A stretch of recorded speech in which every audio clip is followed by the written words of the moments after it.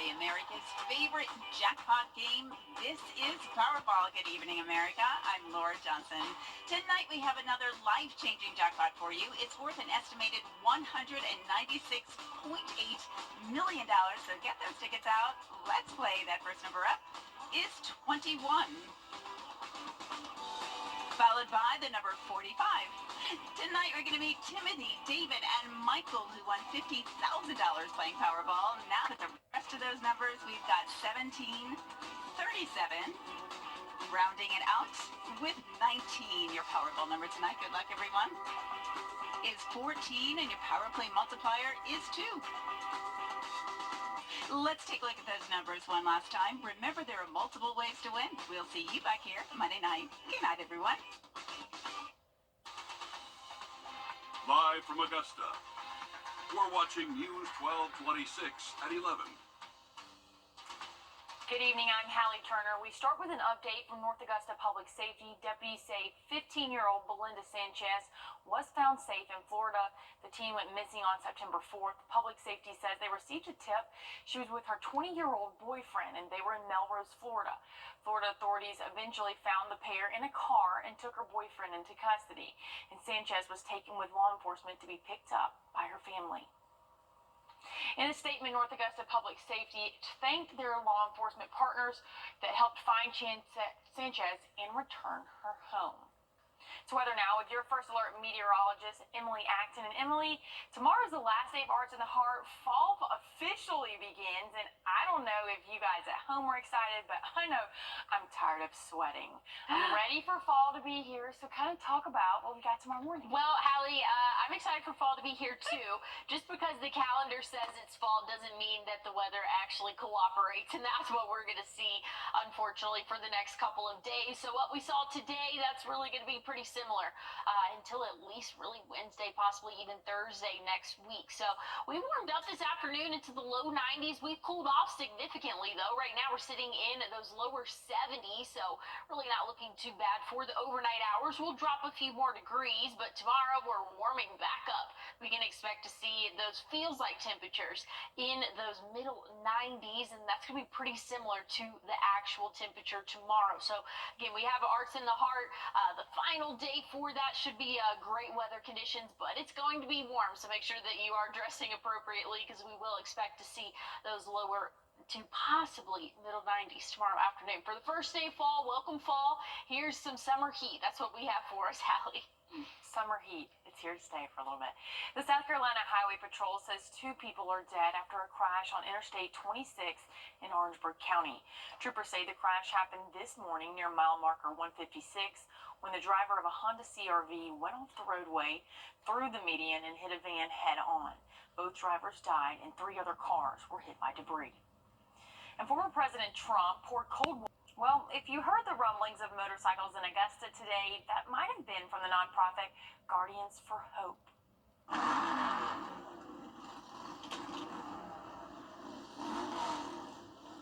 At one point, nearly 1,000 people rode motorcycles and gathered at the Harley-Davidson store in Augusta. You may remember the group after they hosted a remembrance in honor of Jonathan Williams, a rider who was killed in Augusta earlier this year. Today's event was part of a charity aimed at helping the biker community. Let's say there's somebody that gets hit by a car while they're out riding a motorcycle, and they get, unfortunately get a broken leg or they end up in the hospital, and they don't have a lot of money or they don't have insurance to cover it. Whatever their situation might be, this foundation is here to help raise money to support them, to get them and their families through the issue. Now, the group also petitioned to make changes to the train crossing at Reynolds Street in Augusta earlier in the year after Williams' death. And the Rotary Club of Martinez Evans partnered with the Family YMCA of Greater Augusta, helping to provide low-income families with beds. It's part of the YMCA's program, A Place to Dream. They help provide the less fortunate children with proper bedding and hope they can better help with sleeping arrangements. They spent today packing out beds to go out, and leaders say it's one of several ways that the Rotary Club serves our community. We are always looking for ways to serve our community, and this is such a great way to impact folks who don't have all the resources that some of us are fortunate to have. Now, if you want to help or volunteer, we have the link to A Place to Dream on our website at wrdw.com. And the Greater Augusta HBCU Alumni Alliance hosted its 10th annual Health Fair and 5K Walk, raising scholarship money for local students who plan on attending an HBCU. The Alliance says to date it has awarded over $70,000 in scholarships, along with making donations to Payne College, Golden Harvest Food Bank, the Jesse Norman School of the Arts, and more. Each year we get a bigger crowd, and we think we just keep this up, people will be engaged in the community more. And that's basically what we want to do, is to create community involvement as well as wellness for the community, and give scholarships to students going to school. The Greater Augusta HBCU Alliance was founded in February of 2013 and now has 22 HBCU alumni chapters involved. And in Aiken, the Walk to End Alzheimer's happened today, working to raise awareness and help build support in the fight against the disease on World Alzheimer's Day.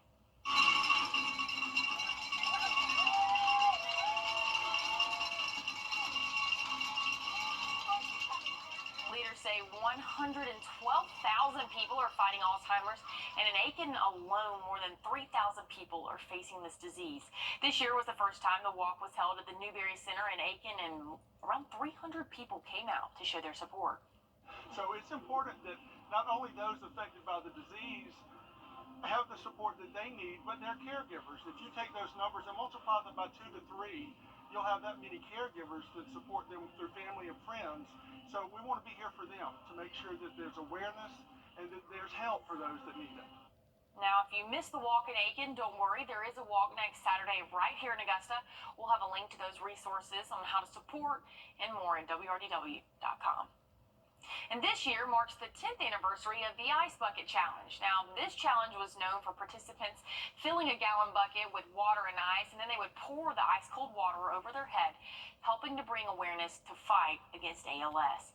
Leaders say the challenge has raised over $220 million for ALS research, and today hundreds of volunteers joined in this year's ALS Walk right there in New York to raise money for more research and care in hopes of a better future. As others here well know, finding out that you have ALS is a horrifying experience for myself and my family. But days like this remind me that we're not alone, that we have help. Scenes like this are inspiring. Gives me hope that one day we will beat ALS. Thank you very much. Organizers say the legacy of the Ice Bucket Challenge continues to inspire hope and give action. And we're taking a look at Sky 12 drone video from over Sarah's Farm Adventure in Trenton. Now this weekend is their grand opening weekend. We can show you the many attractions now that they're open that are coming this fall and winter.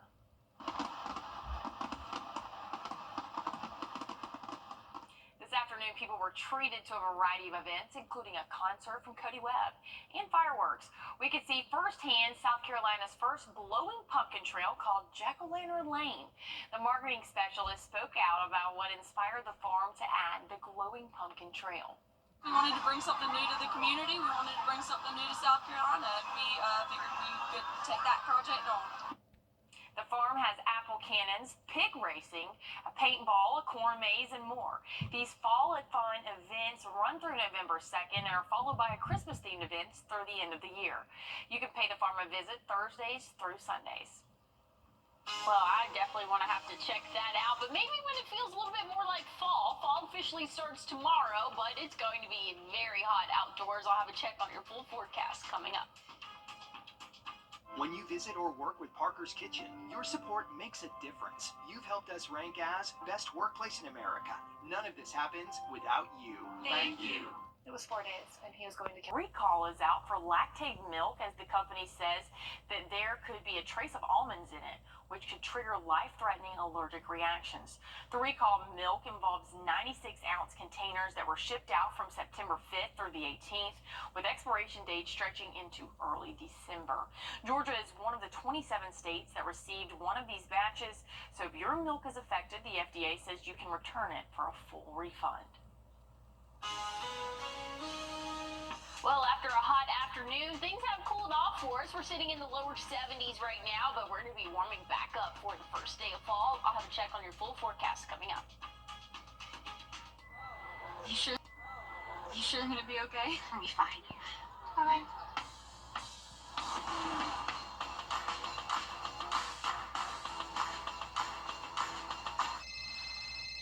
Honey, hi. Hey, how are you guys? We're getting by. Great. You never want to lose your edge. This is an SUV that really understands that. The Lexus RX. Get special offers on select Lexus RX models. I was in a motorcycle accident and I broke my leg. They wouldn't even do surgery on me for 2 months until the swelling went down. I still have to pay bills. That's what I was worried about. So I just got on the phone and I called Austin Jackson. They were very good, professional. The settlement that I received was life-changing. All my bills are paid and I'm doing well. Get Austin Jackson, the Augusta guy. I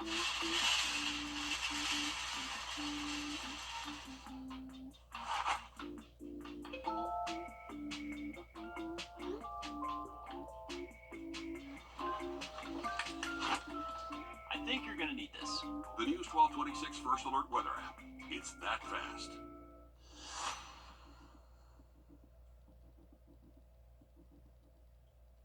If you're just joining us, tomorrow's the first day of fall, so as we head out to church or we go to Arts and Art, Emily kind of talk about it's not really going to feel like fall. Yeah, it's really not, Hallie. We are in for another warm day for us. If today wasn't warm enough, hey, stick around for tomorrow. We're going to be a little bit warmer than what we saw today. Right now, we're sitting in the 70s, 71, so it's cooled down significantly. Those dew points, though, still relatively high. We're in the upper 60s right now. Still feels, like I said, at that 71-degree mark, and we are dry right now. I know you're seeing a little bit of blue and green. That's just some ground clutter that the radar is picking up on, but we are dry here in the CSRA. But I want to turn your attention down to the Caribbean. There's some energy starting to brew. That's probably the best way I can describe it right now. It's not an organized system, but this energy could feed into an organized system that we are expecting by the end of next week. So check out the timestamp here. I'm starting this at 8 p.m. on Wednesday, and we can see that some organization starting to come along, and we could see a tropical system by the end of next week, and that could be making landfall. Again, 7 days away, so I can't really tell you an exact spot, but it looks like Florida is probably going to be where this system makes landfall. Again, it hasn't even formed right now, but is expected to, over the next couple of days, track northward, could be bringing some rainfall to our area. Good news is it looks like a pretty fast-moving system, so should be out of our hair relatively quickly. Over the next couple of days, though, we are just in for some high temperatures and sunny sky conditions. We could see a pop-up shower possible tomorrow afternoon. We're going to see highs in those upper 90s for your Monday.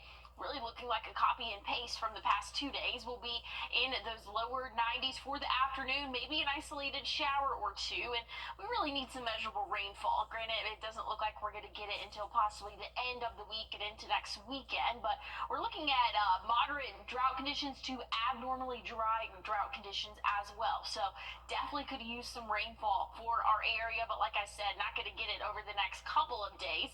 Fall officially starts tomorrow with a high of 93. Love to see it. Then we'll be in those upper 60s, lower 70s for the next 7 days for those overnight lows. But the rain chances come into play late in the work week and really possibly could be into next weekend. But we'll have to keep a close eye on where this system, if it does form, which I'm feeling pretty confident about, but where it tends to form and where it's going to move. It's going to depend on our rain chances by the end of the week, Hallie. And as we head to break, we have a live look at Kansas City and your winning lottery numbers.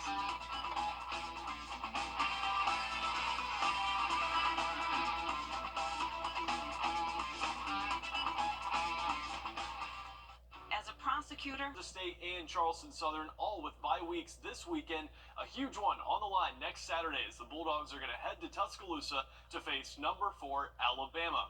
And we had a great night of high school football on Friday, and it's time to find out where we're going next week. Pull out your phone to scan the flow code on your screen and vote for your favorite matchup. 4 choices this week, and they are Lincoln County versus Strong Thurman, Laney versus Thompson, Butler and Josie, and Hepzibah versus Cross Creek. And we're just a week away from the end of the MLB regular season, and the Atlanta Braves have some work to do, trailing by 2 full games to the New York Mets for that final NL wildcard spot. Max Free getting the start in Game 2 down in Miami, and does this look like a familiar sight? Jorge Soler nukes this baseball to deep left, and you can forget about even trying to find it. Braves and Marlins notched up at 1 apiece. We're going to get to the top of the 5th here, and it's going to be 2 on with 1 out. Matt Olson's going to barely get a piece of this one, but it's going to go fair into the outfield, enough for a base hit, and it brings home Ozzie Albies. That would give Atlanta a 2-1 lead. Miami would go on to tie it 2-2. Here we are, top of the 7th. Once again, it's Matt Olson. He lifts this one as much as he possibly can, and it's just enough for a home run. The Braves get it done in Game 2 over Miami, and the Mets did win against Philly, which means Atlanta still trails New York by 2 games. They'll have a chance to pull in front of them this week when the Mets visit Truist Park for a 3-game series. Well, thank you for those updates there. We did not see any measurable rainfall today over pretty much all of the CSRA, and it looks like we're going to stay mostly dry for the next couple of days. Hot temperatures return. I'll tell you more about it after the break. Across Georgia, Wellstar Expert has always given you the edge against severe weather. And now, with our new First Alert Radar Network, First just got even faster. With up to 10 times the resolution of other local radars and technology that can pinpoint right down to your street. First just got faster. That's going to do it for us tonight. More news, weather, and sports continues right here tomorrow on News 12. We'll see you then.